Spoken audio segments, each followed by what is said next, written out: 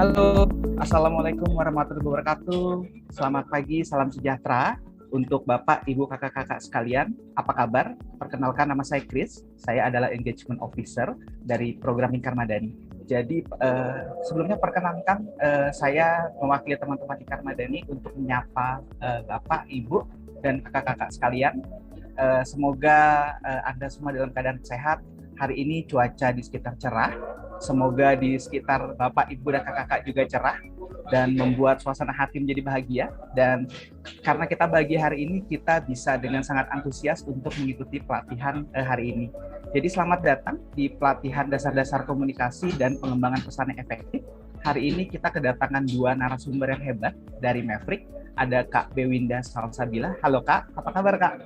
Halo. Ya. Pagi Mas Kris. Selamat pagi. Selain Kak Bewinda, kita juga ada Kak Ambar. Kak Ambarwati hari ini juga bersama Kak Ambarwati Milo akan duet bersama Kak Bewinda untuk sama-sama mengajak kita membagi ilmu dan pengalamannya tentang topik pelatihan hari ini. Jadi saya mewakili teman-teman Lingkar Madani mengapresiasi dan mengucapkan banyak terima kasih sudah meluangkan waktunya untuk Kak Bewinda dan Kak Ambar sudah mau untuk berbagi dan berproses bersama kami pagi ini. Terima kasih banyak Kak. Dan selanjutnya izinkan saya juga menyapa Bapak, Ibu, dan kakak-kakak organisasi masyarakat sipil OMS Mitra Lingkar Madani yang sudah berkomitmen, yang sudah join di pelatihan pada hari ini. Dan sambil menunggu mitra yang lain, Kak Bewinda dan Kak Ambar, kita boleh foto bersama dulu ya Kak ya, untuk sebelum saya serahkan pelatihan pagi ini ke Kak Bewinda dan Kak Ambar. Mungkin nanti akan dipandu dan dibantu dengan Bang David untuk prosesnya. Bang David. Oke, kedengaran suara saya ya. Teman-teman yuk dibuka fotonya. Oke, ada Kak Ajeng, Kak Medo, Kak Farha, dan Kak Berlando. Dibuka videonya. Ya, Kak Warha, salam kenal. Kak Berlando dari Papua jauh-jauh. Oke, saya hitung ya. 3, 2, 1. Sekali lagi. 3, 2, 1. Oke, thank you. Saya kembalikan ke Kak Kris, kamera. Terima kasih Bang David. Baik, tanpa berpanjang lebar lagi, saya serahkan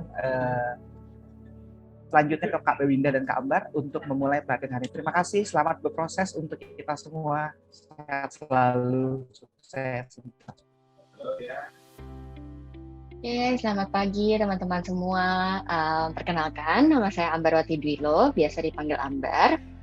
Saya adalah senior consultant di Maverick. Saya juga udah bekerja di Maverick lebih dari 4 tahun. Selama di sini, saya telah membantu klien-klien corporate maupun marketing communications dari berbagai industri. Selain itu juga pernah beberapa kali handle crisis client, crisis and issues communications client. Sebelum di Maverick, saya juga pernah menjadi jurnalis dan produser di Metro TV untuk program berbahasa Mandarin. Saya harap apa yang saya bagikan hari ini dapat bermanfaat bagi teman-teman sekalian. Yang tadi sudah diperkenalkan juga, hari ini saya juga ditemani oleh rekan saya Bewinda. Terima kasih Ambar. Perkenalkan semuanya, nama saya Bewinda Salsabila, dipanggil Bewinda atau Bella biar semakin akrab juga boleh sekali nih. Saya adalah senior associate di Maverick, sudah bekerja kurang lebih 3 tahun, dan saya banyak berfokus di bidang corporate communications, juga marketing communications, kebanyakan di bidang FMCG, telco, dan tech clients terutama. Dan selama 1 tahun ke belakang, saya juga adalah leader dari corporate training practice di Maverick, membantu melatih CEO dan juga eksekutif perusahaan-perusahaan multinasional untuk menghadapi media, interview dengan media, bahkan juga mitigasi krisis dan juga kebutuhan komunikasi lainnya. Senang bertemu dengan semuanya pagi ini. Terima kasih. Oke, langsung saja tanpa berlama-lama lagi. Terima kasih teman-teman yang sudah hadir menyempatkan waktunya. Hari ini kita akan membahas sedikit tentang communications, dasar-dasar communications dan messaging. Nah, pasti udah sering, boleh langsung ke slide berikutnya, Bel. Oke, nah pasti udah sering ya mendengar kata-kata strategic communications atau komunikasi yang strategis. Strategic communication dibutuhkan agar kita bisa mendapatkan hasil yang berarti bahkan impactful. Nah, namun apa aja sih sebenarnya aspek-aspek yang membuat sebuah komunikasi menjadi strategis? Contoh berikutnya, di Maverick biasa ada beberapa aspek yang menurut kami paling penting, yaitu yang pertama adalah objektif yang jelas. Untuk apa sih kita melakukan komunikasi ini? Objektif atau tujuan apa yang ingin kita capai. Nah, yang kedua adalah insight-insight berdasarkan data. Misalnya tentang situasi atau tantangan yang ada. Bagaimana sih sebenarnya karakter audiens yang ingin kita targetkan atau kita capai gitu ya, komunikasinya. Dan lain sebagainya. Jadi bukan hanya berdasarkan asumsi semata. Nah, yang berikutnya adalah kita memanfaatkan PESO channel secara optimal, yaitu paid, earn, share, dan owned. Yang terakhir, mengukur, tentunya kayak udah kita melakukan semua komunikasi, kegiatan, semuanya. Alangkah baiknya kalau misalnya kita bisa mengukur dan mengevaluasi kegiatan komunikasi yang sudah kita jalankan. Supaya kemudian kita bisa lihat, oke, apa yang baik, apa yang berjalan dengan baik, apa yang bisa direvisi atau diubah lagi, diperbaiki lagi, supaya ke depannya semakin lebih baik. Nah, bagaimana membangun kerangka komunikasi yang strategis? Ada banyak cara di luar sana, tapi framework atau kerangka kerja yang biasa kami gunakan di Maverick adalah OSIS. Nah, yang ini terdiri dari objektif, yang kedua audience, strategi, implementation, dan scoring atau evaluasi. Nah, yang pertama kita bahas soal objektif. Nah, objektif ini ibarat titik yang ingin kita capai, tujuan kita gitu. Bedakan antara goal dengan objektif. Kalau bisa diklik lagi ya supaya kelihatan. Sekilas mungkin keduanya kelihatan mirip ya, goal dan objektif gitu tujuan. Dua-duanya tuh tujuan yang ingin kita capai. Nah, tapi biasanya bedanya adalah kalau goal itu lebih bersifat jangka panjang. Sedangkan kalau misalnya objektif itu jangkanya lebih pendek gitu atau certain period yang memang kita set di awal. Nah, sebagai ilustrasi supaya lebih memudahkan, goal itu ibarat cita-cita kita. Jadi misalnya kita punya cita-cita sebagai dokter. Nah, kemudian kita akan set beberapa objektif secara berkala. Mungkin pertama ya dari sekolah, dari SD, SMP gitu ya, kita harus punya nilai bagus yang dirapor. Ya, itu objektif pertama. Nah, kemudian mungkin di rapor ya nilainya harus bagus semua gitu ya, di atas 90. Nah, kemudian ketika kita masuk ke SMA, objektif kedua kita berubah nih. Kita kita akan menargetkan kita masuk ke jurusan IPA karena kan again mau jadi dokter ya. Nah, terus seterusnya mungkin kayak berikutnya sekolah kejuruan harus dapat IPK berapa gitu ya. Kemudian dokternya mau jadi spesialis apa. Nah, itu objektif yang kita bisa buat untuk membantu kita mencapai goal atau cita-cita kita tadi. Nah, biasanya kita juga akan cari tahu dulu nih ketika kita lagi mau bikin strategi komunikasi kita. Business objektif kita atau mungkin kalau teman-teman NGO di sini bisa berupa organizational objective. Nah, itu tuh apa sih sebenarnya? Apakah target sales atau mungkin meyakinkan investor atau sponsor di sini nge-guide sponsor? Atau mungkin kayak menarik talenta-talenta atau mungkin ya relawan gitu ya untuk membantu pekerjaan ada banyak gitu. Nah, setelah kita mengetahui bisnis atau organizational objective yang kita mau capai, kemudian kita akan berpikir kira-kira comms objektif kita apa ya yang bisa membuat kita dari sisi komunikasi itu membantu kontribusi juga nih ke objektif bisnis atau organisasional tadi. Nah, untuk dari paling mendasar nih ya, komunikasi, objektif komunikasi yang biasa bentuknya itu tuh adalah untuk mengubah gitu. Ada 3 nih, kayak biasa yang mau kita ubah itu ada awareness, ada yaitu kesadaran.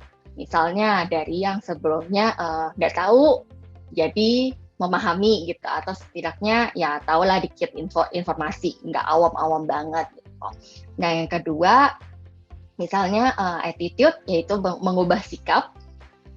Contohnya yang tadinya mungkin nggak percaya gitu ya, atau skeptis, nah jadi setidaknya percaya atau setidaknya menerima gitu. Misalnya contohnya yang tadinya nggak peduli terhadap pentingnya buang sampah, pentingnya untuk tidak buang sampah sembarangan, sekarang jadi peduli, atau bahkan mereka kayak oh ya sekarang kayaknya bisa di recycle deh, mulai mencari cara untuk recycle gitu, mengubah sikapnya. Nah, yang ketiga adalah behavior, yaitu perilaku. Contohnya yang tadinya tidak, mungkin kalau misalnya di sisi bisnis yang tidak memilih produknya, jadi membeli. Atau misalnya kalau misalnya teman-teman NGO lagi mengadakan sebuah movement, audiensnya yang tadinya ogah, males, itu perilakunya berubah jadi oke, saya semangat gitu untuk ikut movement, untuk ikutan jadi relawan. Nah, ini adalah objektif-objektif komunikasi yang bisa kita bangun. Nah, berikutnya comms objektif yang baik itu tuh seperti apa sih? Biasa kita sebut dengan SMART objective. Bukan objektifnya pintar karena habis sekolah ya, tapi ini terdiri dari singkatan, yaitu ada specific, measurable, attainable, relevant, dan timely. Nah, comms objektif yang baik, yang pertama harus spesifik. Kita nggak mau dong kayak oke, kita bikin satu objektif tapi itu kayak halu gitu ya, kayak kita cuma berangan-angan doang. Jadi sebaiknya itu spesifik supaya kita jelas oke, tujuan kita di sana. Kayak ibaratnya kita tujuan kita mau ke Yogyakarta, ya udah kita jelas gitu ya ke Yogyakarta gitu, jangan sampai meleset jadi ke Surabaya gitu ya. Nah, habis itu yang kedua adalah measurable. Objektif kita tuh nanti di akhir ketika kegiatan kita segala macam, kita bisa mengukur kira-kira setelah kita menjalankan semua kegiatan kita, kampanye kita udah mencapai belum ya, objektif kita tuh udah nyampe belum ya, udah terpenuhi belum ya, udah terwujud belum ya. Nah, jadi kita harus bisa measurable gitu. Yang tadi juga attainable udah selip sedikit ya, yang pasti kita membuat sebuah tujuan gitu ya, mau kita capai ya, jangan sampai itu hanya jadi angan-angan belaka gitu. Nah, tentunya relevan juga gitu, jangan sampai ya kita maunya kita maunya ke A tapi kita bikinnya beneran nggak relevan gitu ya, terus objektif yang kita bikin jadi Z gitu kan, nggak mungkin juga. Nah, timely di sini kita set waktu, objektif ini akan kita pakai sampai misalnya 6 bulan ke depan, atau misalnya 1 tahun ke depan, dalam jangka waktu 1 tahun. Jadi nanti di akhir 6 bulan, setelah 6 bulan kita evaluasi, atau misalnya setelah 1 tahun kita evaluasi lagi, apakah kira-kira objektif itu sudah tercapai, apakah habis itu mikir misalnya sudah tercapai ya, next objektif apa lagi. Nah, setelah yang harus diperhatikan, yang paling sering terjadi ya itu ketika kita membuat sebuah comms objektif itu tuh jadi mix up gitu, ketukar sama yang seharusnya strategi. Nanti kita akan bahas lebih lanjut soal strategi, tapi beberapa contoh comms objektif yang kita punya itu tuh juga paling baik adalah yang tadi saya udah bilang, 1 objektif aja per campaign supaya kita semua bisa fokus. Di situ tujuan kita, nggak kepecah-pecah otaknya, aduh objektifnya banyak ya, kita harus ke yang A dulu atau ke B dulu atau ke C dulu gitu ya. Tuh.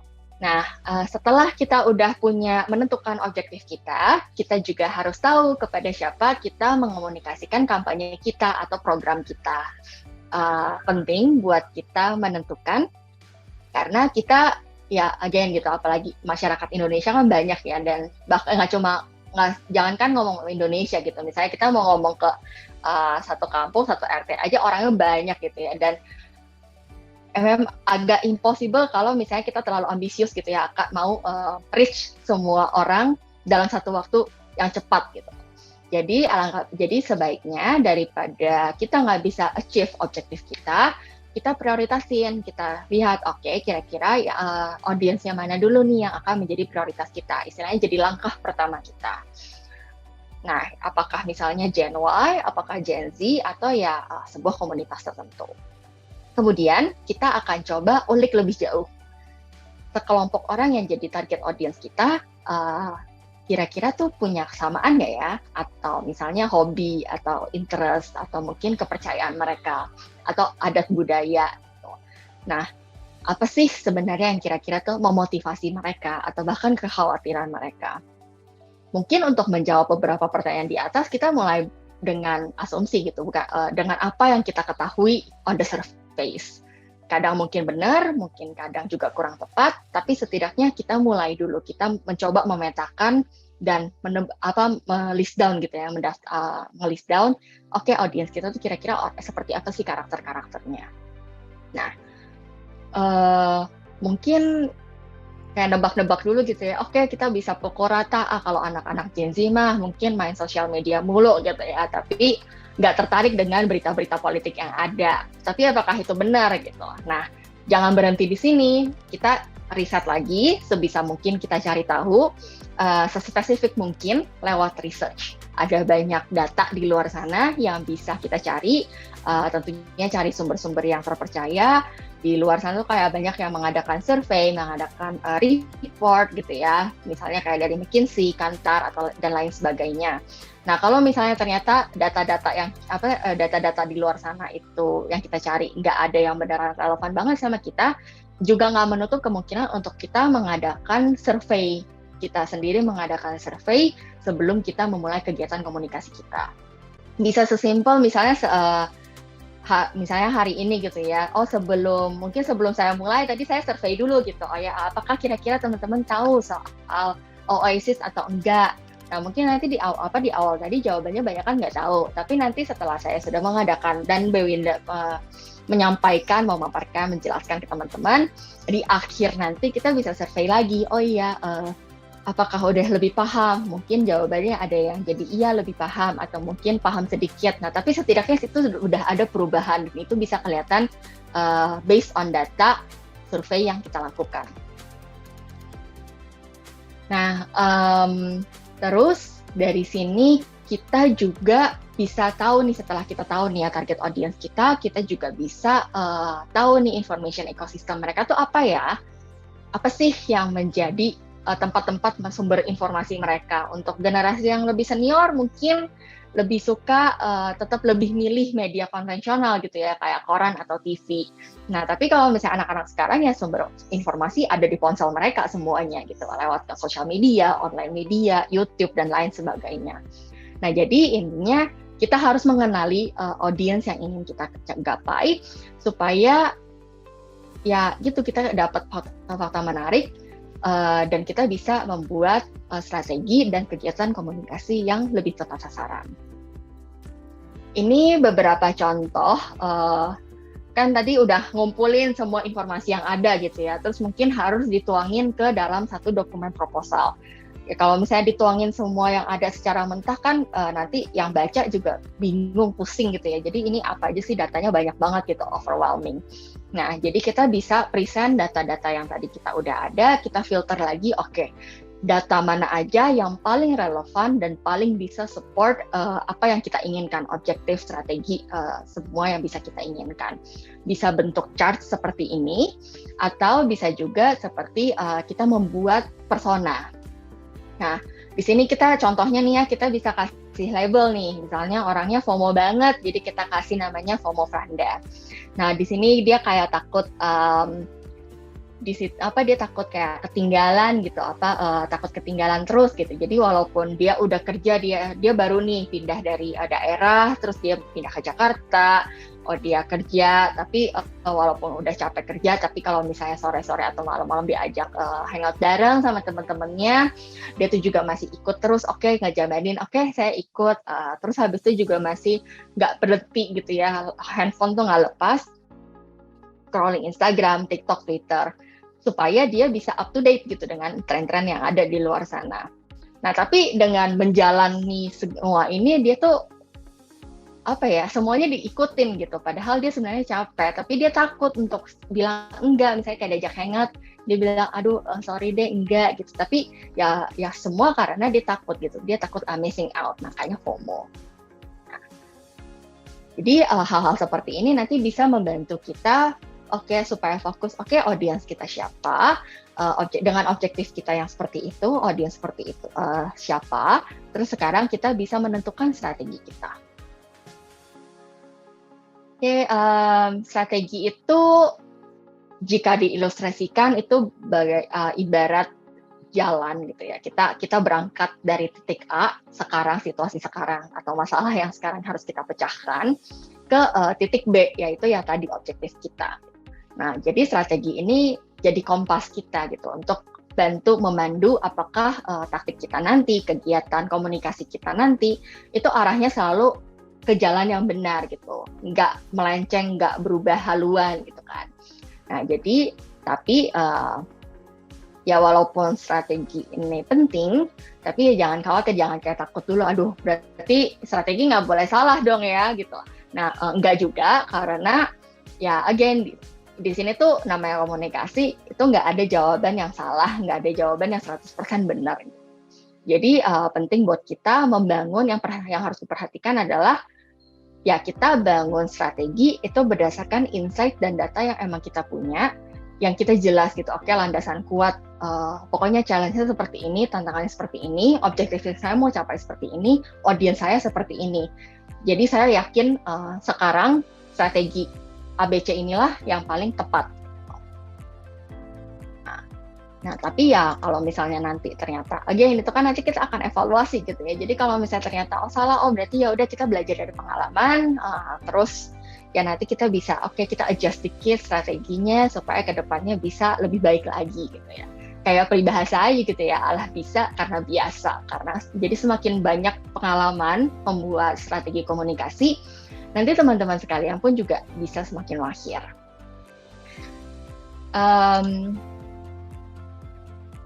Untuk yang berikutnya, saya mau berbagi sedikit tips cara membuat strategi. Nah, yang paling dasar, contohnya adalah kita misalnya kalimatnya dibuat kalau misalnya dalam bahasa Inggris ya, kita educate target audience kita tentang sesuatu gitu, ABCD gitu, atau misalnya kita mau mengomunikasikan tentang topik tertentu. Gitu. Nah, contoh juga misalnya tadi kalau misalnya kita set di awal gitu ya, objektif kita mau mengubah respons attitude kontra masyarakat terhadap kenaikan tiket wisata Borobudur yang baru-baru ini ramai gitu ya, jadi 750.000.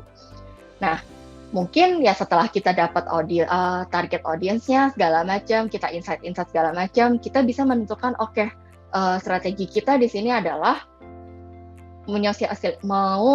sosialisasi pentingnya kenaikan tiket kepada turis domestik supaya lewat pemaparan fakta di lapangan gitu, kenapa penting dengan mungkin cara-cara yang menarik.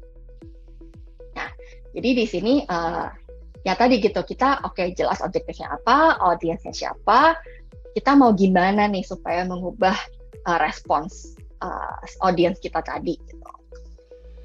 Nah, tips lain juga yang paling sering digunakan adalah the elephant metaphor. Metafora ini adalah ilustrasi gitu ya, faktor-faktor yang mempengaruhi keputusan atau perilaku seseorang. Nah, di sini bisa dilihat itu ada the rider atau pawangnya, itu menggambarkan pikiran rasional kita. Biasa pawang kan bisa mengendalikan gitu ya, mengarahkan si gajah ini harus jalan kemana, karena dia yang bisa mikir gitu, dia yang punya pikiran dan bisa mikir gitu. Lewat jalan situ tuh rusak, jangan gitu, mendingan lewat sebelah kiri aja. Jadi di sini menggambarkan pikiran rasional kita. Nah, sedangkan sebagai gajah, sebagai binatang, mereka pasti bergerak mengikuti naluri. Jadi bisa aja ketika melihat ada api di depan, yang mereka alert di ini ya langsung bahaya, mereka bisa aja takut, lompat atau mungkin lari gitu, jadi membahayakan pawang. Nah, di sini gajah ini, naluri gajah ini itu tuh ibaratnya emosional manusia. Nah, sedangkan yang terakhir, yang ketiga adalah jalan. ini menggambarkan faktor lingkungan gitu. Misalnya tadi persona yang tadi sebagai contoh gitu, FOMO Pranda, ya mungkin kenapa dia setakut itu gitu ketinggalan tren gitu. Mungkin karena kalau dia nggak pergi hangout gitu sama teman-temannya, nggak ngobrol, nggak mengeluangkan waktu gitu ya, walaupun capek gitu ya, tapi kalau ketinggalan mungkin dia sering dikatain gitu sama temennya, nggak seru, nggak ikutan pergi gitu, ketinggalan cerita asik kan kemarin. Nah lingkungan itu juga yang mendorong dia, kenapa dia tetap mengikuti gitu walaupun dia capek gitu. Nah ini faktor lingkungan sekitar. Oke, nah tadi kita jadi kan nanti kita udah cari tahu insight tentang audiens kita coba analisis, kita kira apa sih yang mempengaruhi audiens kita seperti apa, apakah memang berdasarkan tadi pikiran rasional, apakah karena lingkungan, atau misalnya karena emosional juga. Nah, habis itu kita akan memikirkan strategi yang tepat untuk kemudian kita turunkan ke implementation. Udah lumayan panjang bahas objektif, audience sama strategi. Dikit lagi sebelum saya oper ke Bewinda, ini saya mau menyampaikan juga gitu. Setelah udah tahu gitu ya komunikasi yang mau kita bentuk tuh seperti apa, nah penting untuk kita bikin key message dulu yang paling pertama. Nah apa sih sebenarnya key messages? Key messages itu tuh sebuah ide gitu ya, yang poin-poin paling penting, yang paling mendasar kalau misalnya kita mau mengomunikasikan sesuatu gitu. Jadi nanti apapun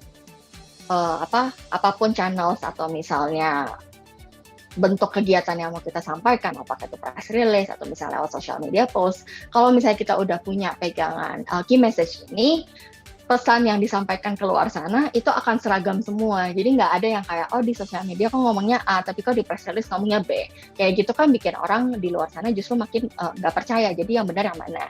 Jadi kalau misalnya kita bisa membuat pesan utama dulu sebagai fondasi pegangan kita dulu, itu juga akan membantu kita nanti di implementasi komunikasi. Nah, efektif key message tuh biasanya apa sih? Nah, biasanya tuh pendek, langsung to the point, nggak banyak basa-basi, nggak banyak panjang, dan mudah diingat, mudah dipahami. Nah, biasanya kalau misalnya di Maverick, kita juga bisa bikin rule-nya 3x3. Jadi misalnya ada 3 poin utama, habis itu nanti di masing-masing 3 poin utama, itu ada 3 sub-poin sebagai penjelasannya. Nah, habis itu jangan sampai message yang kita bikin itu kayak kayak orang yang baca, orang lain gitu yang baca yang nggak paham, orang di luar sana gitu kayak apa sih maksud lo mau ngomong apa sih gitu. Jangan sampai seperti itu. Jadi concise, to the point, jelas apa yang mau kita sampaikan, dan yang paling penting adalah diulang secara konsisten di apapun bentuk komunikasi kita. Jadi pesan yang mau kita sampaikan itu nanti stick di benak orang-orang yang dapat pesan kita.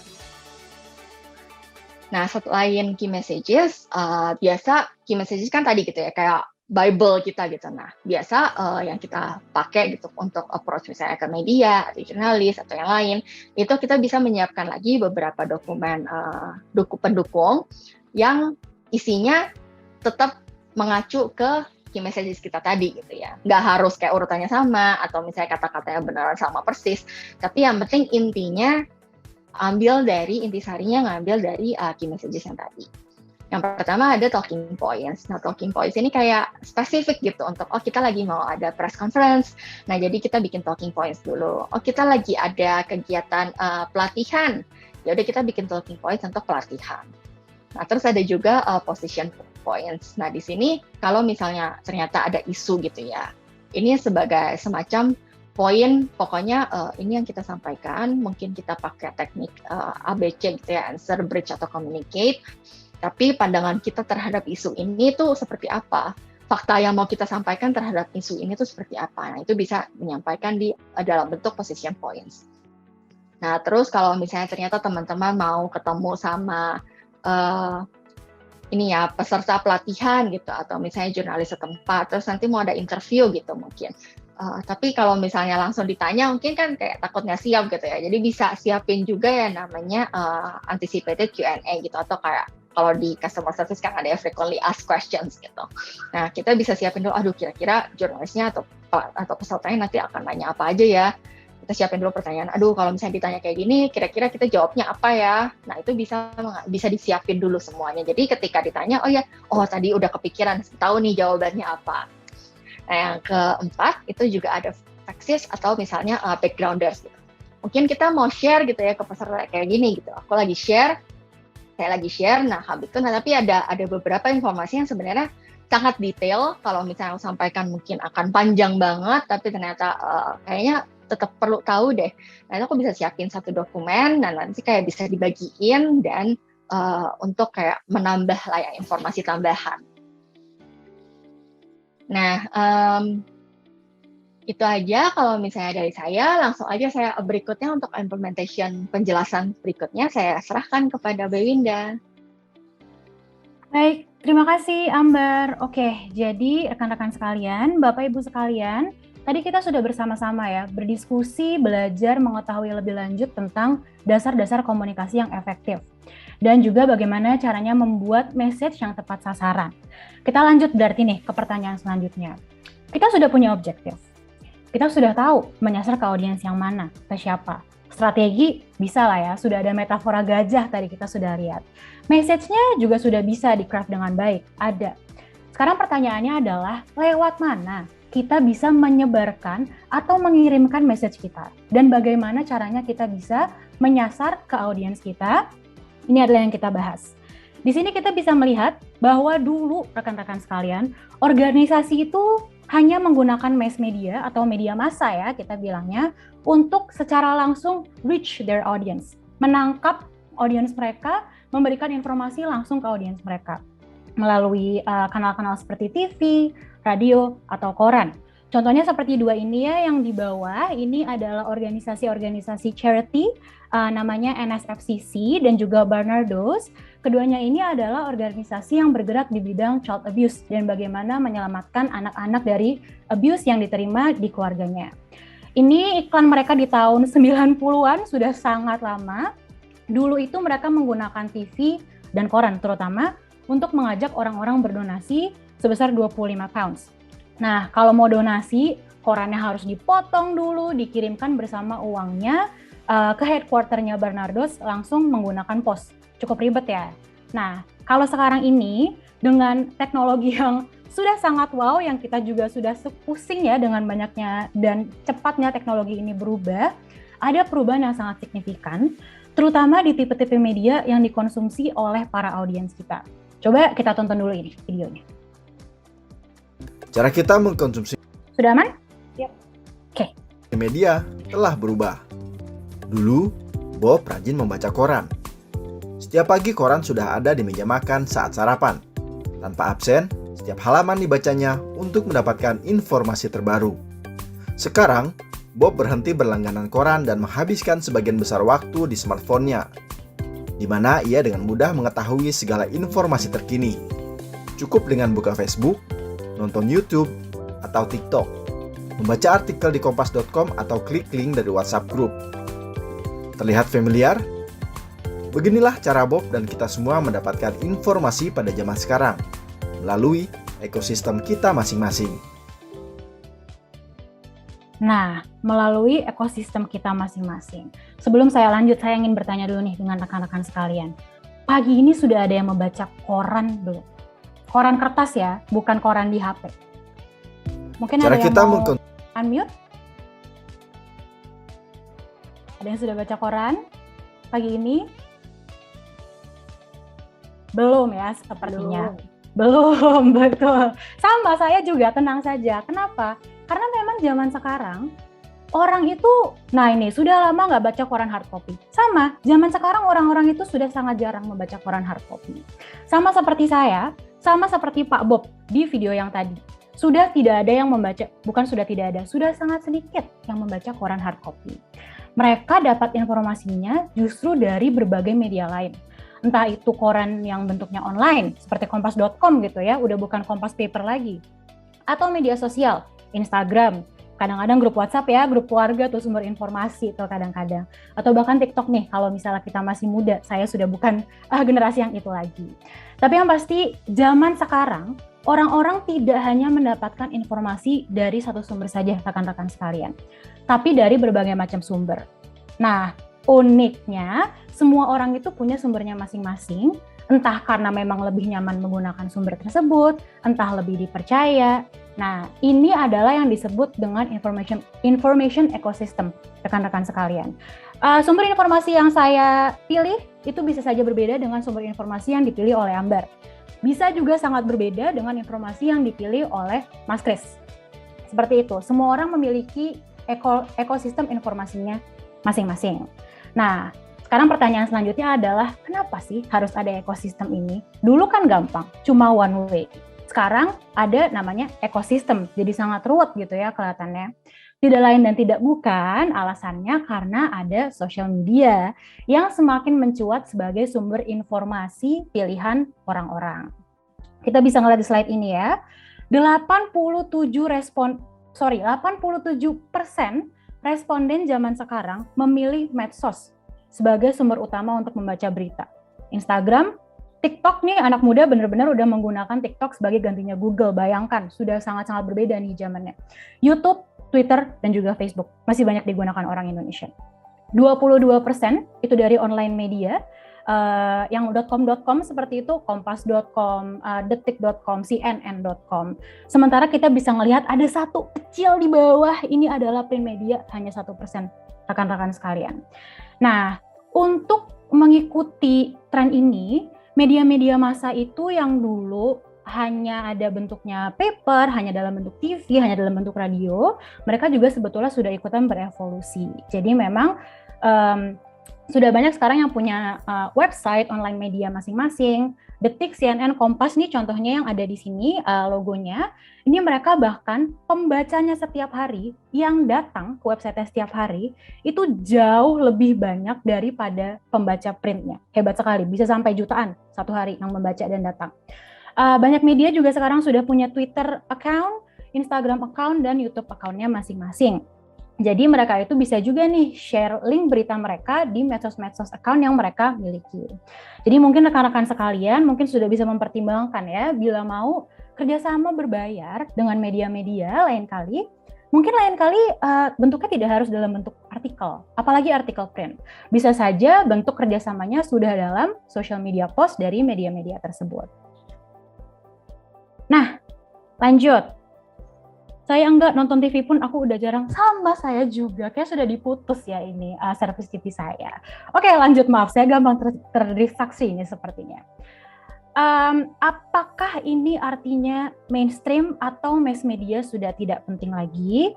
Tentu tidak, masih penting, sangat penting. Kenapa? Karena mereka mempunyai level kredibilitas yang paling tinggi, rekan-rekan sekalian. Tapi dengan catatan ya, kita juga harus pilih-pilih nih media massanya, agar kita juga bisa reach segmentasi audiens yang paling tepat sesuai dengan kebutuhan kita semua.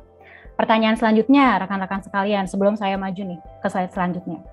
Ada yang tahukah berapa jumlah media massa di Indonesia sekarang? Yang menjawabnya benar, kayaknya akan dapat sepeda, kayaknya. Tapi coba, silakan. Ada yang mau menebak? Banyak itu kurang, itu salah, ini nggak dapat sepeda ini jawaban seperti ini. Lebih dari satu, betul, tapi tidak dapat sepeda juga. Silakan. Oke, 3, 2, 1, oke, nggak ada yang jawab yang benar, bagus, karena memang saya tidak punya sepeda untuk diberikan ya, jadi memang harapannya tidak ada yang betul. Ada 42.000 media di Indonesia, sebanyak itu. Jadi bisa dibayangkan ya rasanya betapa sulitnya jika kita mau berita atau informasi tentang program atau kampanye kita itu naik di semua media. Nggak mungkin rekan-rekan sekalian, lebih gampang kayang 1 jam rasanya.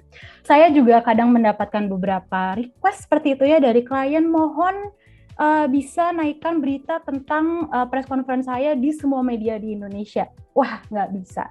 Lebih baik saya koprol, karena susah juga menghubungi 42.000 media massa di Indonesia. Nah, jadi untuk tahu nih media-media mana saja yang bisa kita fokuskan sebagai target kita perlu tahu dulu sebetulnya karakteristik mereka masing-masing seperti apa.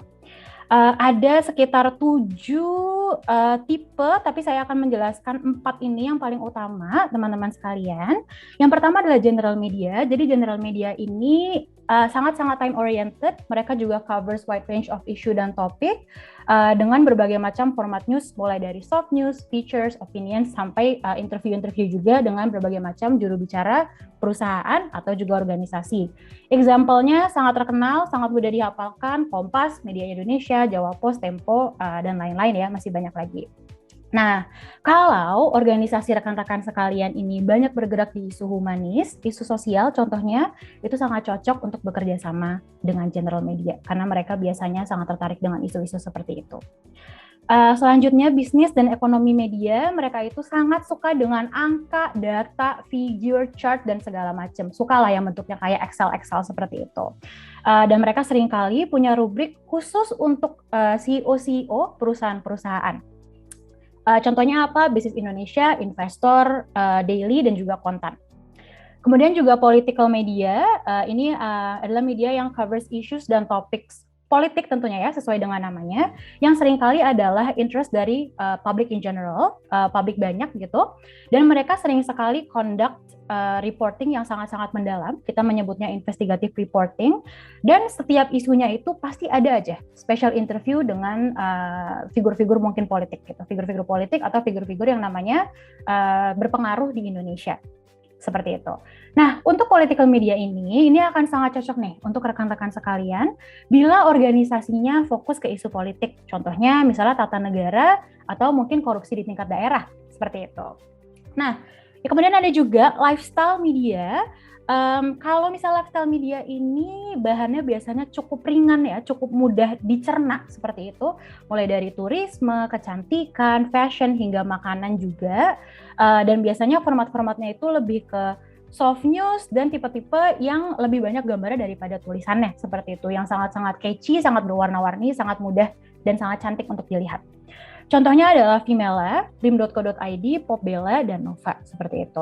Tapi jangan diremehkan nih lifestyle media, karena justru kalau dari pengalaman kami, lifestyle media ini cukup banyak mengangkat isu-isu seperti kesehatan perempuan, kesetaraan gender, seperti itu, karena memang audiensnya itu banyak yang wanita. Jadi mereka juga sangat-sangat simpatik dengan isu-isu seperti itu. Kemudian ada juga 3 lagi yang mungkin less relevant, tapi saya juga ingin memberikan sedikit overview. 3 lainnya adalah tech media, sama seperti namanya, fokus di bidang-bidang teknologi. Kemudian parenting media, mereka ini lebih ke arah keluarga, marriage, bagaimana menjadi orang tua yang baik, dan segala macamnya. Dan kemudian musik media, sangat spesifik, sangat topikal, fokus hanya di musik saja. Saya lihat di sini sepertinya ada beberapa teman-teman kita yang datang dari daerah Maluku ya, ada beberapa organisasi MDPI ya, kalau nggak salah yang dari Maluku, bukan dari Jakarta. Jadi mungkin audiens Anda juga ada di luar Jakarta. Jadi jangan lupa rekan-rekan sekalian juga untuk targetkan media daerah masing-masing. Karena justru kadang media-media daerah, media-media regional ini yang paling sering dibaca dan dipercaya oleh masyarakat setempat. Contohnya, misalnya Tribun News dan juga Detik.com, mereka biasanya punya biro-biro lokal yang memang sengaja ditempatkan di daerah masing-masing. Fokusnya memang hanya untuk meliput berita-berita tentang daerah tersebut. Seperti itu. Biasanya kota-kota besar sudah ada biro-bironya sendiri. Oke, lanjut. Tadi kita sudah bahas, rekan-rekan sekalian, bagaimana media massa itu dulu kebanyakan print kan, kemudian evolusi nih jadi online media nih, .com, sampai mereka sekarang punya social media sendiri, beda. Nah, di dekade ini ada satu lagi evolusi media yang menurut saya sangat magic dan sangat wow. Namanya adalah homeless media. Homeless media ini adalah media yang memproduksi konten hanya di platform-platform sosial media. Mereka tidak punya website, mereka tidak punya print bentuk fisik, dan mereka kadang-kadang bahkan tidak punya kantor. Karena mereka tidak punya rumah, kita menyebutnya sebagai homeless media atau media yang tidak punya rumah. Karakteristiknya apa saja? seperti yang tadi sudah saya sentuh sedikit, Homeless Media ini tidak punya homepage, tidak punya website. Mereka kebanyakan beroperasi di platform media sosial seperti YouTube, Instagram, Twitter, dan TikTok terutama untuk menyebarkan dan publish their information. Dan seperti platformnya, mereka ini banyak didominasi oleh konten-konten yang berbasis audiovisual. Jadi yang tulisannya kebanyakan tuh biasanya sama mereka malah dipotong atau hanya dijadikan caption aja dan nggak semua orang akan membaca tulisan itu. Kemudian mereka juga memiliki engagement rate yang sangat tinggi di social media. Mulai dari komen, likes, dan bahkan orang-orang itu bisa dengan mudahnya reshare konten ini ke Instagram mereka masing-masing atau ke timeline mereka masing-masing. Dan bedanya dengan media-media biasa, Homeless Media ini tidak memproduksi konten secara reguler. Suka-suka adminnya, mau kapan mereka upload, dan tergantung dengan interest adminnya masing-masing. Seperti itu. Contoh-contohnya bisa dilihat di sini. Jadi kita ada Nuis Media, dia adalah media yang berat di news, ada di Twitter, ada juga Creative Fox, di SS Feed. Kita juga bisa lihat e-commerce di sini, dia adalah media yang banyak fokus dengan startup. Bahkan Lambe Turah, saya tidak perlu menjelaskan Lambe Turah itu apa, kemungkinan besar kita semua tahu Lambe Turah itu apa. Dan juga bahkan podcast Deddy Corbuzier itu juga bisa loh kita klasifikasikan sebagai Homeless Media. Dia menyebarkan satu informasi melalui YouTube-nya, dan YouTube-nya itu sekali di post, dia ditonton oleh 3 juta orang. Segitu besarnya reach podcast Deddy Corbuzier. Nah, yang spesial, kita itu sebenarnya juga bisa bekerja sama dengan Homeless Media, biarpun memang kebanyakan berbayar, rekan-rekan sekalian. Jadi contohnya Creative Fox atau YSS Feed yang ada 2 di bagian sini. Nah, itu mereka itu cukup dekat dengan isu-isu anak muda, termasuk employment gap dan juga ekonomi gitu. Jadi kalau misalnya organisasi rekan-rekan sekalian banyak bergerak di bidang-bidang tersebut, bisa dipertimbangkan. Pun dengan lingkungan, mereka cukup banyak mengangkat isu seperti itu. Dengan Nuis Media itu mereka bisa dibilang agak lebih general, mereka banyak mengangkat isu-isu sosial politik. Begitu. Nah, kita lanjut. Jadi kita tadi sudah berbicara lebih lengkap, lebih dekat tentang evolusi media. Media itu ada apa saja. Kita tadi juga sudah mendengarkan kalimat-kalimat kata-kata baru seperti ekosistem informasi, seperti yang ditunjukkan di videonya, begitu juga dengan yang sudah Amber jelaskan. Dan jadi lewat mana kita bisa mengirimkan message kita ke audiens? Sudah lulus ya, kita semua sudah tahu lewat mana saja. Nah, pertanyaan selanjutnya adalah bagaimana sih cara kita menggunakannya dalam konteks komunikasi? Tapi tentunya dengan cara yang sangat integrasi dan dengan cara yang sangat-sangat elegan. Dan di sini kita akan berkenalan dengan Peso yang tadi sudah sempat disebutkan oleh Amber. Peso ini adalah tipe-tipe channel yang bisa kita gunakan dan bisa kita gabungkan rekan-rekan sekalian dalam upaya komunikasi kampanye atau program organisasi kita. Peso ini sebenarnya singkatan saja agar lebih mudah diingat, mohon jangan tukar ya dengan mata uang Spanyol seperti itu ya atau mata uang Meksiko. Peso ini adalah singkatan dari paid, earned, shared, dan owned. Ini kita akan bahas satu-satu agar lebih jelas bedanya di mana. Yang pertama yang paling mudah itu adalah paid. Ini sangat straightforward. Paid adalah channel yang berbayar. Misalnya kita mau komunikasikan program kita dengan bekerja sama dengan seorang KOL atau influencer di social media. Kita bayar KOL tersebut untuk satu Instagram post dan dia akan publish informasinya di Instagram media. Itu adalah contoh paid, karena kita bayar ya. Atau misalnya kita mau kerjasamanya dengan cara beli advertorial atau beli iklan di media atau Homeless Media. Berbayar, jadi itu termasuk paid. Seperti itu. Lanjut yang juga sama straightforward-nya itu adalah own. Ini adalah channel yang di bawah ini ya, own. Ini adalah channel yang dimiliki oleh organisasi kita masing-masing. Misalnya organisasi kita memiliki social media dan website. Nah, saya lihat nih sebetulnya kebanyakan dari rekan-rekan sekalian ini organisasinya sudah punya social media, terutama Instagram dan Facebook. That's great, keep it up. Ini sangat bagus rekan-rekan sekalian. Artinya sudah punya own channel. Jadi silakan terus digunakan akunnya untuk mengomunikasikan program dan kampanyenya masing-masing. Seperti itu. Contohnya yang acara ini deh. Maverick itu juga kami juga punya own channel dan kami juga memberikan informasi tentang acara kita pagi ini di own channel kami yang adalah Instagram. Seperti itu. Itu adalah contoh bagaimana kita menyebarkan informasi melalui own channel. Yang ketiga itu adalah earn. Ini adalah channel yang kita peroleh secara gratis. Contohnya, misalnya kita sebar siaran pers, rekan-rekan sekalian, atau kita undang media ke salah satu acara atau konferensi pers kita. Kemudian media-media ini menulis artikel tentang acara tersebut, tentang kita, secara gratis. Udah ada tuh artikelnya. Nah, itu adalah namanya earn. Jadi memang ini adalah channel yang kita peroleh seperti itu. Yang terakhir adalah share. Ini cukup unik ya. Ini adalah channel yang kita dapatkan dari orang-orang atau organisasi-organisasi lain misalnya yang sharing tentang berita-berita soal kita atau informasi-informasi tentang kita. Misalnya contoh paling mudahnya adalah kita upload informasi tentang program kita di Instagram kita sendiri. Kemudian ada followers kita nih, ikutan sharing postnya di Instagram post, ikutan sharing postnya di Instagram story. Atau mereka sebarkan informasinya ke rekan-rekan mereka yang lainnya. Nah, ini adalah contoh dari shared organization. Misalnya juga kita punya satu sister organization atau kita kerjasama dengan satu kementerian dan kita sama-sama saling bertukar upload informasi satu sama lain begitu ya di channel masing-masing sama. Itu juga termasuk dari shared channel. Idealnya, dan ini adalah pertanyaan yang sering sekali saya dapatkan, apakah kalau misalnya kita punya satu program komunikasi, kita harus menggunakan 4 channelnya?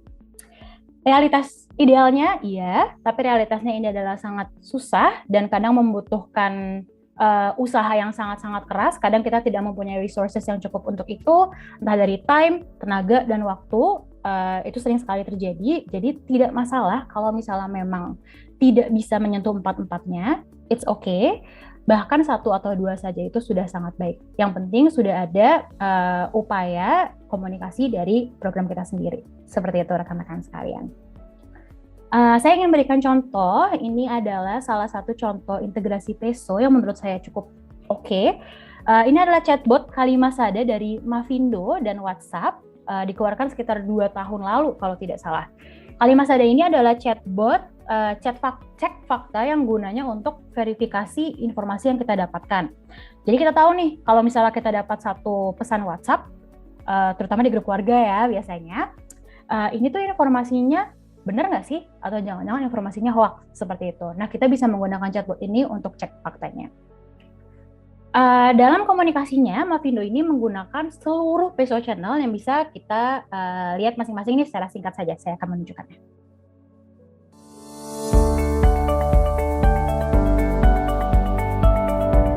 Kalau kita terima pesan yang berbau sensasional dan kayaknya penting banget di WhatsApp, jangan buru-buru langsung kita forward ke grup WhatsApp keluarga, alumni, RT RW. Apalagi kalau ada ini loh, kalau ada panah tunggalnya. Tahu nggak? Kalau ada panah tunggalnya itu sebenarnya sambungan atau forward dari orang lain yang sumbernya kita nggak tahu. Jadi kenapa kita harus meneruskan pesan dari sumber yang kita nggak tahu kebenarannya dan akurasinya. Seperti itu rekan-rekan sekalian. Jangan lupa didengarkan ini loh Ibu Rosiana Silalahinya. Nah, jadi Mavindo itu menggunakan channel paid dengan bekerja sama dengan 3 KOLs. Salah satunya adalah Rosiana Silalahi, ada juga Tria Rona dan juga Abdul Qadir seingat saya. Jadi itu 3-3-nya dibayar untuk buat sebuah konten. Nah, kontennya ini cara menggunakan chatbotnya dan cara untuk semakin berhati-hati biar kita tidak juga termakan hoax atau misinformasi. Kontennya ini juga diupload di Instagram KOL masing-masing.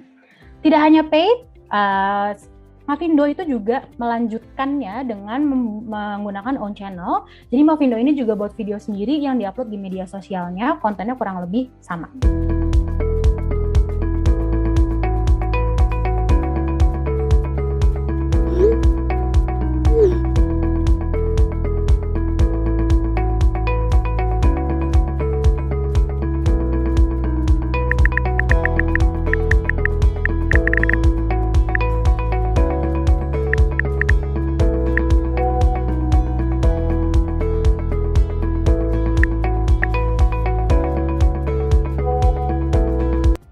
Seperti itu, 30 detik previewnya. Nanti kalau misalnya tertarik untuk melanjutkan videonya, nanti saya bisa kirimkan linknya lagi. Nah, ini juga adalah video yang dibuat secara homemade oleh Mavindo. Seperti yang saya bilang tadi, sudah diupload di Instagram dan juga Facebooknya sendiri, kalau tidak salah. Kita lanjut ke dua lainnya. Mavindo ini juga menyebarkan siaran pers rekan-rekan sekalian yang memang diangkat oleh media-media nasional. Contohnya Kompas.com, ini adalah gambarnya di sini, diangkat oleh Kompas.com. Itu adalah Earn channel-nya. Dan Mavindo juga berhasil mendapatkan share channel melalui hubungan yang baik dan kerjasama berkelanjutannya dia dengan Kominfo. Jadi Kominfo dan covid19.go.id ini juga ikutan sharing tentang chatbot Kalimasada di website dan media sosialnya kementerian. Hebat sekali ya, jadi benar-benar bisa integrasi dari 4 ini bisa menghasilkan hasil yang sangat-sangat powerful. And that's the power of Peso, seperti itu. Oke, nah tadi kita sudah membicarakan cukup panjang, ada Oasis, O-nya sudah, A-nya sudah, S-nya sudah, dan I-nya sudah dari implementasi. Tidak terasa kita sudah berada di hampir penghujung acara ini, kita akan masuk ke Q&A setelah ini. Rekan-rekan sekalian, jadi terakhir ini adalah tentang scoring dan evaluation, atau kita sebut dengan evaluasi dan pengukuran. Kita sudah nih ya, berupaya sekuat tenaga untuk buat program komunikasi yang oke banget. Udah mencoba segmentasi audiens, riset sampai matanya sakit. Sudah berusaha pilih channel, dan sudah berusaha pilih-pilih media terbaik untuk menyebarkan informasi tentang kampanye kita. Pertanyaan selanjutnya adalah bagaimana cara kita mengukur kesuksesan kita? Bagaimana sih cara kita mengukur hasil dari usaha dan kerja keras kita? Jawabannya tentu saja akan dibahas di sesi-sesi selanjutnya, rekan-rekan sekalian. Jadi jangan lupa untuk nanti bisa juga daftar ke webinar-webinar sesi selanjutnya. Sekian dari kami, terima kasih. Bila ada pertanyaan, dipersilakan. Mungkin selain ada pertanyaan juga apabila ada komentar, ada mungkin mau sharing-sharing pengalaman, itu juga bisa sekali. Karena di sini kita juga bisa nih, mumpung kita ramai-ramai, dan kita bisa sama-sama berbicara soal program-program atau komunikasi-komunikasi yang sebelumnya sudah kita laksanakan ya, dan mungkin kalau misalnya ingin mencari masukan, apabila ada yang bisa ditingkatkan ke depannya, seperti itu juga silahkan rekan-rekan sekalian. Mungkin ada, di sini saya melihat ada Pak Berlando, Ibu Sari, dan Ibu Farha. Kira-kira Pak Berlando dulu nih, apakah ada pertanyaan atau mungkin ada komentar atau mungkin ada hal yang ingin di-share terkait komunikasi programnya sebelumnya, Pak? Silakan. Oke, nggak apa-apa, nggak masalah Pak Berlando. Mungkin kita move on ke next dari Mbak Sari Novita dari Interact. Kira-kira ada nggak nih Mbak mungkin pertanyaan atau mungkin ada kesan pesan atau ada pengalaman dari upaya komunikasi sebelumnya? Silakan. Atau kalau mau cerita-cerita aja, monggo. Kita bisa saling berbagi dengan teman-teman lainnya di sini. Mbak Sari mungkin lagi ke toilet ya konsepnya ya, jadi belum bisa unmute. Nggak apa-apa. Coba sekali lagi deh, Mbak Farha Zubair. Gimana Mbak? Apakah ada mungkin cerita-cerita atau mungkin ada program komunikasi sebelumnya yang mau di-share juga? Silakan Mbak. Boleh banget Mas David, silakan. I see, ada chat nih Ambar dari Mas David. Mau nanya, apakah prinsip trial dan error juga bisa diterapkan? Mungkin dari sisi strategi dulu kali ya, nanti aku bisa lanjutkan dari sisi implementasi. Sebenarnya kayak yang tadi aku udah bilang sih, kalau misalnya strategi ya itu sebenarnya ada sedikit unsur trial and error-nya. Tapi yang pasti ketika trial pertama pun kita udah lumayan yakin gitu dengan misalnya insight yang kita punya, objektif yang mau kita capai gitu ya, tadi audiensnya siapa gitu. Kita udah cukup yakin, oke, strategi ini kita bisa coba dulu gitu. Tapi ya habis itu kemudian I think part of kita terus belajar ya, dan belajar terus adalah ya ketika memang ternyata strategi itu ketika dievaluasi nggak berjalan dengan baik atau misalnya nggak menghasilkan hasil yang kita inginkan, ya kita nggak takut gitu untuk nggak takut untuk ya udah menerima itu. Kalau misalnya tadi ya strategi yang pertama tuh nggak beneran kurang oke gitu ya, terus ya udah kita belajar kurangnya di mana, salahnya di mana, ya kemudian berikutnya ya kita coba cari gitu lagi strateginya kira-kira bisa di-adjust, bisa diperbaiki di sebelah mana ya. Jadi ya itu sedikit trial and error juga sih. Mau nambahin boleh? Boleh nambahin? Silakan Mas. Ya. Oke. Soalnya ada sedikit pengalaman soal trial and error itu. Kadang-kadang tempat kerja saya yang dulu, tempat kerja saya yang dulu sekitar tahun 2010-an kali ya, 2013-an, ada ketidaksiapan untuk menghadapi kesalahan dalam menyampaikan satu komunikasi atau berkampanye, sehingga mereka sedikit gagu dan gugup, dan bahkan kadang-kadang muncul kepanikan ketika misalnya apa yang sudah distrategiin itu ternyata salah jalan gitu, akhirnya buyar di tengah jalan gitu. Itu yang karena biasanya yang audiens yang dihadapi itu bukan publik semata, tapi di dalamnya termasuk para pemangku kepentingan, stakeholder. Nah itu kan agak wanti-wanti, misalnya ketika kita salah menyampaikan, salah dalam menerapkan prinsip tadi, akhirnya bisa berimplikasi kepada target setiap kampanye atau target dari misi dari BUMN itu sehingga kadang-kadang mereka teman-teman itu tidak siap untuk menghadapi trial and error tadi, berusaha maksimal banget gitu, tapi itu ketika terjadi error tengah jalan, kadang-kadang akhirnya mundur step ke belakang dan kadang-kadang panik malah yang muncul, akhirnya tidak bisa clear untuk menghadapi mitigasinya gitu. Biasanya itu terjadi karena yang dihadapi audiensnya itu sudah stakeholder gitu, gimana menghadapi ya kalau sudah error dari awal gitu misalnya. Nah kalau misalnya sudah error kayak gitu dari awal, misalnya audiensnya adalah stakeholder, ada tips-tips nggak gimana cara supaya bisa terbalikan metode kembali supaya arahnya kembali ke track yang benar, supaya si audiensnya bisa kembali melihat ke kita, dari kita, atau bagaimana caranya? Mungkin ada tips dari Kak Ambar atau Kak Melita misalnya kalau terjadi error tadi dalam menyampaikan komunikasi atau berkampanye tadi. Oke, mungkin dari aku dulu kali ya. Kalau misal itu kan sebenarnya ketika misalnya teman-teman NGO menghadapi stakeholders-nya sebenarnya lumayan mirip juga gitu ya dengan kondisi kita menghadapi klien, dan ya kita kan juga membantu klien kita berkomunikasi dengan para stakeholders-nya.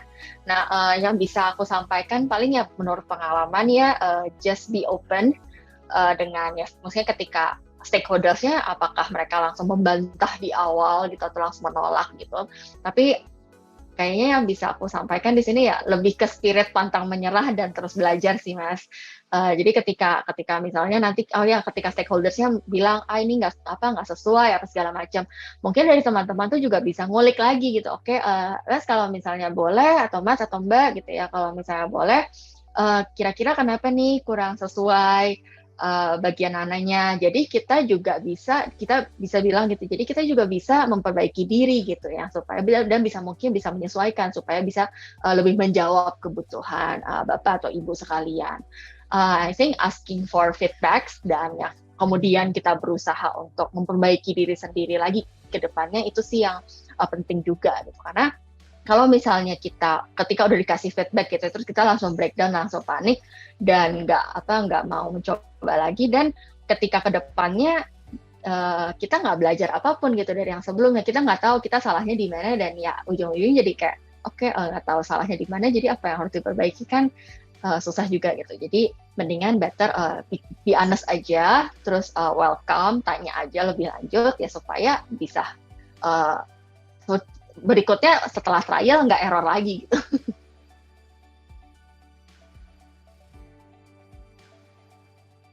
Oke. Ya sebenarnya balik lagi sih ke komunikasi Mas.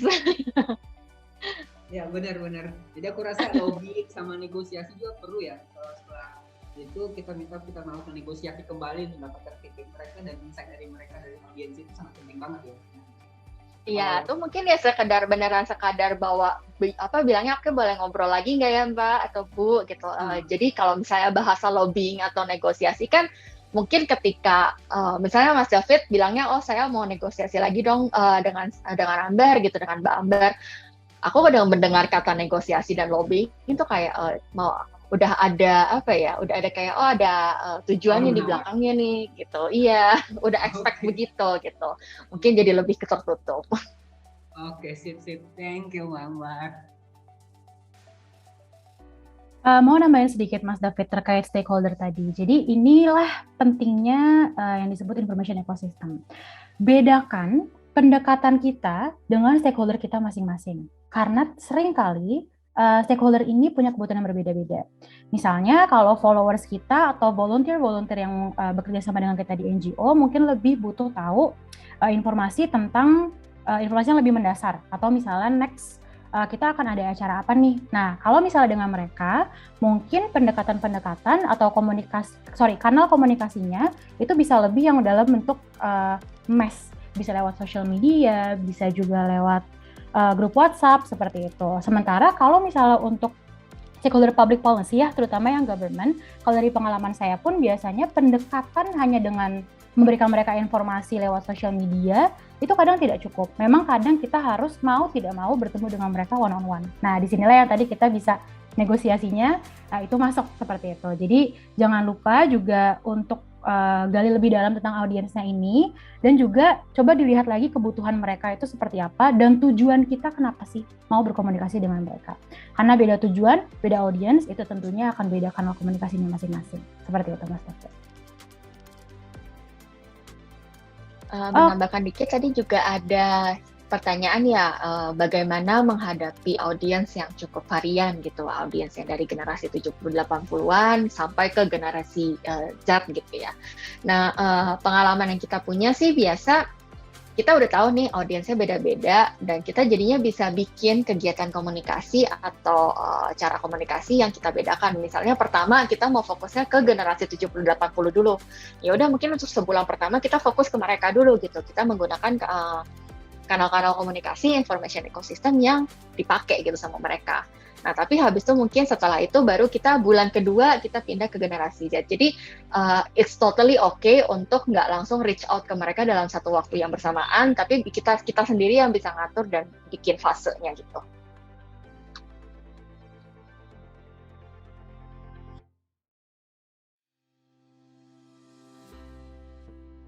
Kita silakan Syabila, monggo. Halo Kak, aku tadi ada pertanyaan di chat box. Yang pertama, kalau kan tadi ada peso tuh macam-macam. Nah, kalau misalkan tidak menyiapkan sumber dayanya kan kadang-kadang kami juga terbatas itu kan. Tidak ada sumber daya untuk paid media, apakah masih efektif untuk earn media saja dan own media atau memang ada baiknya kita mengusahakan untuk ada paid media? Dan kayak penggunaan kalau udah ada homers media, penggunaan poster sama brosur itu masih efektif nggak sih untuk menyampaikan pesan-pesan organisasi? Oke. That's a very good question. Aku bisa menjawab pertanyaan yang pertama dulu ya, tentang apabila kita tidak punya sumber daya untuk paid media, apakah channel-channel lainnya efektif? Yes, channel-channel lainnya seharusnya sudah cukup efektif. Karena ini tadi seperti yang udah kita bicarakan juga, udah kita pelajari bareng-bareng. Karena memang idealnya kita bisa touch on empat-empatnya. Tapi kalau nggak bisa, kurang dari itu juga nggak masalah. Bahkan, kalaupun kita tidak menyiapkan resources yang cukup untuk paid media, seperti yang tadi sudah Syabila bilang, kita juga bisa nih menggunakan earn media. Earn medianya itu kita tetap sebarkan press release gitu ya, misalnya, atau kita undanglah jurnalis-jurnalis secara organik untuk datang ke acara kita. Dan kalau misalnya kita dapat artikel dari itu earn media. Sudah oke, itu checklist ya. Kemudian yang kedua, kita juga bisa menggunakan media lainnya tidak kalah gratisnya, yaitu sosial media kita sendiri.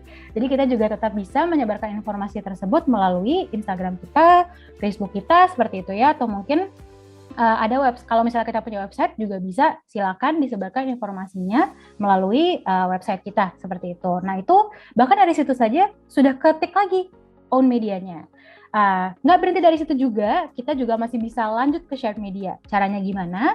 Caranya kita juga membangun hubungan baik, misalnya ya, dengan komunitas-komunitas lainnya. Kita bisa minta mereka untuk sebarkan informasi tentang komunitas kita, tentang organisasi kita. Kita juga bisa minta member-member organisasi kita, volunteer-volunteer organisasi kita, untuk ikutan yuk sebarin informasi tentang what's coming up. Nah, ini udah dapat nih shared media. Jadi kelihatan ya, bahkan tanpa adanya paid media, itu kita juga sudah bisa loh untuk touch on 3 kanal lainnya, seperti itu. Kemudian tadi pertanyaan keduanya adalah homeless media ya, apakah masih efektif menggunakan poster dan brosur untuk menyampaikan pesan-pesan organisasi? I would say yes, karena poster dan brosur ini juga tetap masih bisa kita kirimkan ke homeless media. Itu satu, sama seperti balik ke penjelasan paparan tadi bahwa homeless media itu lebih suka menggunakan konten yang berbasis audio visual. Jadi justru tulisan mereka nggak suka. Nah, poster dan brosur ini biasanya sudah cukup visual enough yang bisa diupload oleh teman-teman dari homeless media. Di saat yang sama, kita juga bisa upload poster dan brosur di social media kita sendiri, that still works as well. Kemudian kita juga kalau misalnya masih pengen di print poster dan brosurnya, itu juga masih merupakan hal yang masih sangat efektif, seperti itu. Apabila Ambar ada tambahan juga silakan. Semuanya sudah terjawab oleh Belinda. Begitu kira-kira. Ada pertanyaan lagi kah mungkin dari rekan-rekan lainnya? Jika tidak, mungkin saya bisa mengembalikan floor-nya kembali ke Mas Kris.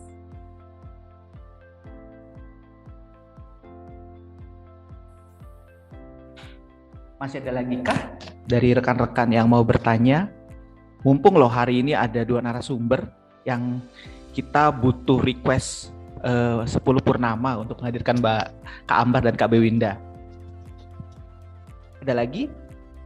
Oke, kalau gitu bisa kita cukupkan ya Kak Ambar dan Kak Bewinda ya untuk pelatihan kita hari ini. Gitu. Oh, kurang sewindu setidaknya ya kata Kak Bewinda. Betul. Oke, terima kasih untuk Kak Ambarwati Dwilo dan Kak Bewinda Salsabila yang sudah meluangkan waktunya untuk ngobrol, untuk diskusi, untuk berproses bersama.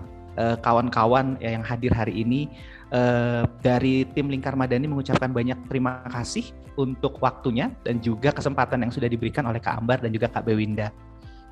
Nah, sebelum kita closing, sebelum pelatihan hari ini ditutup, saya mengundang Kak Sabila Gizani untuk memberikan 1-2 patah dan juga pengumuman. Silakan Kak Sabila. Terima kasih banyak Mas Kris. Selamat siang, salam sehat, salam sejahtera. Kedengeran suara saya ya? Oke, nama saya Sabila. Kalau teman-teman kemarin ada yang ikut webinar di bulan April, semoga masih ingat sama saya. Di sini saya ingin sekedar mengucapkan terima kasih banyak partisipan yang telah hadir. Senang sekali teman-teman sudah berkenan menerima ilmu dari Maverick. Sekalian juga kami ucapkan terima kasih ke Lingkar Madani yang telah memfasilitasi sesi latihannya. Nah, saya sedikit mau share untuk sesi berikutnya, karena di sesi pertama ini kita membicarakan mengenai dasar-dasar dalam membangun kampanye komunikasi yang baik. Tadi sudah dijelaskan oleh Ambar dan Bewinda, apa saja sih pilar-pilar yang dibutuhkan, objektif, audiens, strategi, implementasi, pesan-pesan atau messaging yang efektif, dan terakhir, scoring atau pengukuran kesuksesan. Nah, kenapa ini penting? Tentunya selain setiap organisasi biasanya punya KPI ya dan objektif masing-masing, tapi scoring itu juga penting untuk melihat apakah strategi dan implementasi yang tadi kita jalankan perlu di-adjust ke depannya agar organisasi bisa lebih baik lagi dan lebih efektif lagi. Lalu apa aja nih metode pengukurannya, bagaimana cara mengimplementasikannya? Apalagi komunikasi itu kan ilmu sosial ya, bukan seperti matematika yang bisa diukur pakai penggaris gitu. Jadi cara mengukurnya apakah melihat dari hasil berita, jumlahnya, atau hashtag, atau mention di sosial media. Nah, itu di training berikutnya kami akan berbagi mengenai panduan-panduan cara mengukur effort komunikasi berdasarkan standar internasional AMEC, yaitu Association of Measurement and Evaluation of Communication. Bahkan ini kesempatan yang sangat baik buat teman-teman semua karena Direktur Analytics Maverick sendiri yang akan menjadi trainer di sesi berikutnya. Nama beliau Mbak Felicia Nugroho dan beliau merupakan orang Indonesia pertama yang mendapatkan sertifikasi AMEC. Dan belum lama ini juga Mbak Fel tuh baru pulang dari Vienna, Austria yang Eropa ya, bukan Austria yang sebelah kita ini. Dan beliau di sana mewakili Maverick di AMEC Global Summit untuk membawa studi kasus Indonesia dalam pengaplikasian metode evaluasi dan pengukuran komunikasi ini. Jadi semoga teman-teman sekalian berkenan hadir di sesi berikutnya. Sebenarnya sayang sih Mas Kris kalau misalkan dilewatkan. Saya sendiri aja yang kerja sama Mbak Fel pasti memperhatikan materinya dengan sangat amat dekat. Dan biar nggak lupa atau biar gampang registrasinya, saya minta tolong Mas David sundul ke chatbox. Oh udah ya. Nah di sini bisa langsung registrasi. Nanti ada sedikit survei juga untuk membantu kami lebih memahami bagaimana teman-teman mengerti cara mengukur kesuksesan sebelum masuk ke trainingnya. Dan selain itu di training ketiga dan keempatnya dari Maverick, kami akan lebih mendalami lagi lanskap media sosial di Indonesia dan bagaimana teman-teman organisasi bisa menggunakannya secara efektif dalam kampanye komunikasi. Sekian Mas Kris, terima kasih banyak teman-teman di Karbandani, teman-teman yang sudah hadir hari ini. Semoga bertemu lagi di sesi berikutnya ya. Baik, luar biasa sekali. Pasti Kak, kita dan teman-teman lain tentu akan hadir di pelatihan-pelatihan berikutnya. Terima kasih Kak Sabila Gizani atas informasinya. Baik teman-teman, terima kasih banyak untuk waktunya. Baik Kak Ambar, Kak Bewinda, Kak Sabila, dan seluruh mitra Lingkar Madani. Kita akan bertemu lagi tentunya. Sehat-sehat selalu. Mohon maaf bila ada kesalahan, ada kekurangan. Dan sampai jumpa di proses pembelajaran kita berikutnya. Dan tetap sehat dan tetap awet muda. Terima kasih. Sampai jumpa. Terima kasih. Terima kasih. Salam awet muda semuanya. Awet muda. Mudah, mari. Halo.